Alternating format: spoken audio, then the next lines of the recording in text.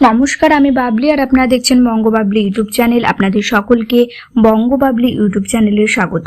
চলে এসেছি নতুন ভিডিও নিয়ে। আজকের ভিডিওটি আইসিডিএস কেন্দ্রিক। ভিডিওটি ভালো লাগলে অবশ্যই লাইক করবেন, শেয়ার করবেন। ইউটিউব চ্যানেলে নতুন হয়ে থাকলে চ্যানেলটি সাবস্ক্রাইব করবেন। আইসিডিএস কেন্দ্রিক ভিডিও এই চ্যানেলে আপনারা নিয়মিত পেয়ে যাবেন। তাই নতুন নতুন ভিডিও দেখার জন্য অবশ্যই চ্যানেলটি সাবস্ক্রাইব করুন। পাশের বেল আইকনটি ক্লিক করে অল নোটিফিকেশন করে রাখুন। তাহলে যখনই নতুন ভিডিও আপলোড করব আপনাদের কাছে নোটিফিকেশন চলে যাবে। চলুন আজকের ভিডিও শুরু করি।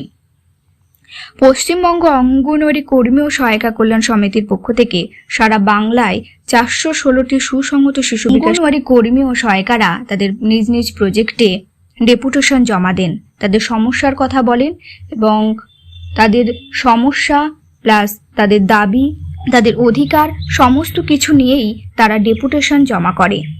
তাদের প্রচুর দাবি রয়েছে। কি কি দাবি রয়েছে চলুন আজকের ভিডিও জেনে নিই।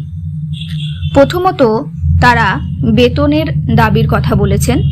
মূল্য বৃদ্ধির সাথে সামঞ্জস্য বজায় রেখে অন্যান্য উন্নত রাজ্যের ন্যায় অ্যাডিশনাল অনারিয়াম বৃদ্ধি করতে হবে।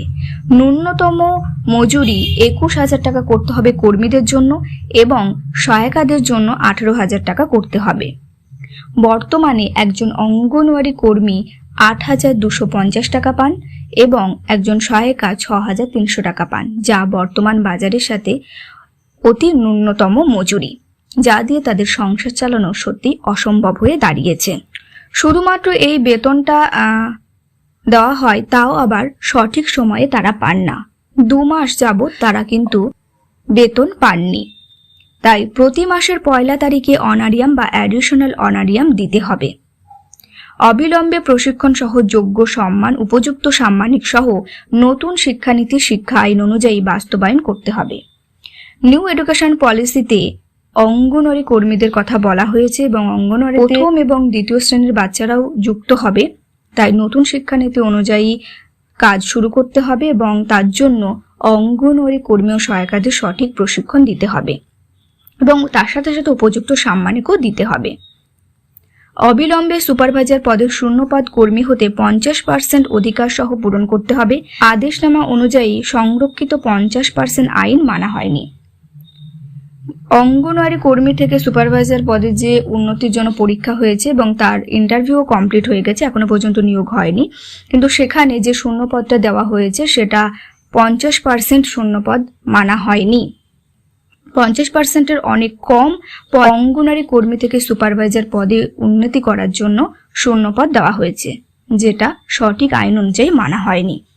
এবার থেকে 50%ই অধিকার যা রয়েছে তাই দিতে হবে অঙ্গনওয়াড়ি কর্মীদের।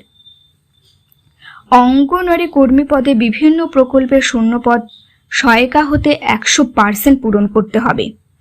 অনেক প্রকল্প রয়েছে যেখানে অঙ্গনওয়াড়ি কর্মী নেই এবং অন্যান্য অঙ্গনওয়াড়ি কর্মীকে বিনা পারিশ্রমিকে সেই দুটো সেন্টারের দায়িত্ব গ্রহণ করতে হয়। পোষণ অ্যাপের কাজে সকলকে সঠিক পর্যাপ্ত প্রশিক্ষণ সহ স্মার্টফোন ও রিচার্জ খরচ দিতে হবে। মোবাইল না দিয়ে বলপূর্বক ভয় দেখে কাজ করানো বন্ধ করতে হবে। অঙ্গনওয়াড়ি কর্মীদের কোনো রকম মোবাইল দেওয়া হয়নি। মোবাইল ফোন না দিয়েই জোরপূর্বক তাদেরকে দিয়ে কাজ করানো হয়, সেটা বন্ধ করতে হবে এবং তাদেরকে মোবাইল ফোন দিতে হবে এবং মোবাইল ফোনের সাথে সাথে তাদের নেট চার্জও দিতে হবে। গ্র্যাজুয়েট ও পেনশন দিতে হবে। সুপ্রিম কোর্টের রায় অনুযায়ী অঙ্গনওয়াড়ি কর্মী ও সহায়িকারা গ্র্যাজুয়েটির উপযুক্ত, তাই সেই আইন অনুযায়ী গ্র্যাজুয়েট ও পেনশন দিতে হবে। 65 বছরের ছাঁটাই শব্দের অবলুপ্তি ঘটিয়ে কর্মী ও সহায়িকাদের জন্য 5 লক্ষ টাকা ক্ষতিপূরণ দিতে হবে। 2014 সেপ্টেম্বর থেকে 2020 অবধি ছাঁটাই করা যে দুরবস্থায় থাকা কর্মী ও সহায়িকারা রয়েছে তাদেরকেও 3 লক্ষ টাকা ক্ষতিপূরণ দিতে হবে। প্রতি কেন্দ্রে প্রতি ঘরে জল প্রকল্পের অন্তর্ভুক্ত করে প্রতি কেন্দ্রে পানীয় জলের ব্যবস্থা করতে হবে। প্রচুর অঙ্গনওয়াড়ি কেন্দ্র রয়েছে যাদের কোনো উন্নত পরিকাঠামো নেই, পানীয় জলের ব্যবস্থাও নেই, তাই পানীয় জলের ব্যবস্থা করতে হবে। সুষ্ঠুভাবে পরিষেবা পৌঁছে দিতে কেন্দ্র পরিচালনা করতে বর্তমান অগ্নিমূল্য বাজার দরের সাথে সামঞ্জস্য রেখে সবজি, জ্বালানি, তেল, নুন, হলুদ ও অন্যান্য সামগ্রীর মূল্য প্রতি মাসের 1 তারিখে বকেয়া বিল দিতে হবে। অনেক সময় দেখা গেছে অঙ্গনওয়াড়ি কর্মীরা নিজের টাকা থেকে 2 মাস 3 মাস সেন্টার চালিয়েছেন, তাদের নিজের টাকায় ডিম কিনেছেন, সবজি কিনেছেন, কিন্তু 2 মাস 3 মাস পর তাদেরকে বিল দেওয়া হয়। সেটা না করে তাদের প্রতি মাসের 1 তারিখ এই বকেয়া বিল পরিশোধ করতে হবে এবং যথেষ্ট বাজার সম্মত সামঞ্জস্য রেখেই তাদের সবজি, জ্বালানি, তেল, নুনের যে দামটি, যে বিলটি, সেটাও ঠিক করতে হবে। প্রতি বছর সকল স্তরে কর্মী সহায়িকাদের 200 টাকা ইনক্রিমেন্ট দিতে হবে। কোন আদেশনামা বলে ইনক্রিমেন্ট বন্ধ করা হলো তা সমিতিকে জানাতে হবে। আগে ইনক্রিমেন্ট দেওয়া হতো, কিন্তু সেই ইনক্রিমেন্ট কেন বন্ধ করা হলো সেটাও জানাতে হবে।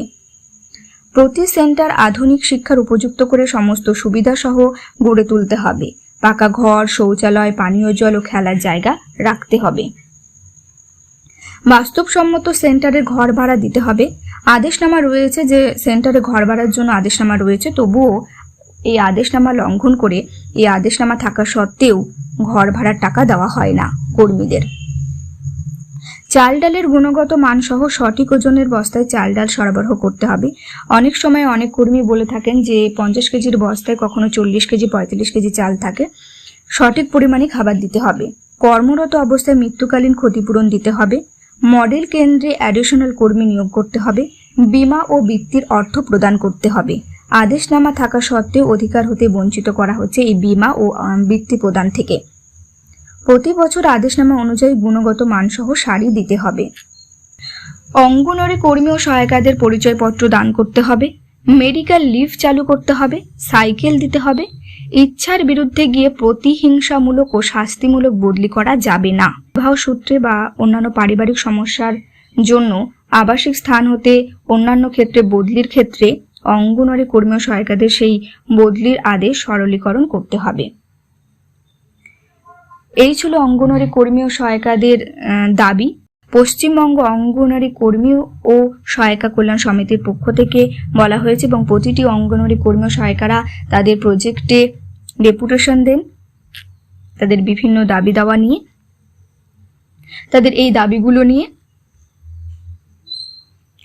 এই ছিল আজকের ভিডিওটি ভালো লাগলে অবশ্যই লাইক করবেন, শেয়ার করবেন।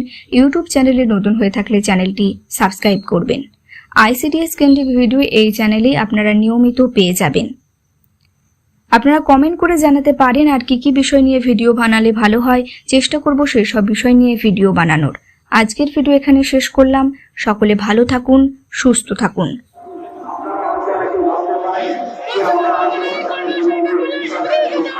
জিন্দাবাদ জিন্দাবাদ।